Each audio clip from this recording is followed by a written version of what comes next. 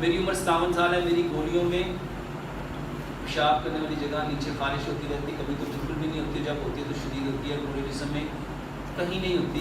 برائے مہربانی ہر چیز ہر علاج ہوتا ہے۔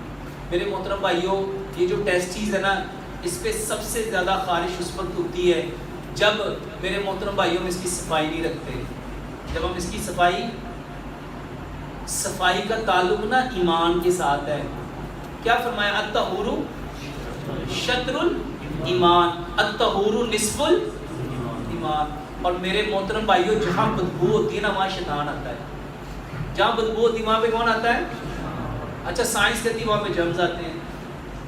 کبھی نا سملیرٹی دیکھیے گا جرمز بٹوین شیطان، یا آپ کو دونوں ایک ہی نظر آئیں گے۔ میں نے کتاب لکھی نماز اینڈ ماڈرن میڈیکل سائنس، اس میں نے بڑی وضاحت سے لکھا سملیرٹی بٹوین جرمز اینڈ شیطان۔ میرے محترم بھائیوں، یہ جو خارش ہے نا، واللہ آپ صفائی کرتے جاؤ خارش ختم ہو جائے گی۔ 5 وقت اگر ہم وضو کریں اور وضو میں اگر ہم استنجا کریں تو میرے محترم بھائیوں صفائی ہوگی کہ نہیں ہوگی؟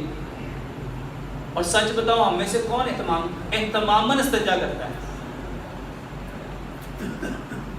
میرے محترم بھائیوں، یہ دین ہے، اور دین زندگی گزارنے کا ضابطہ ہے، لیکن انفارچونیٹلی ہم لوگوں نے اس کو دین سمجھا۔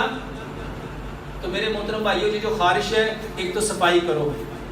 دوسرے نمبر پہ میرے محترم بھائیوں، اس کے لیے نا کوئی دوائی نہیں، آسان سال بتاتا ہوں۔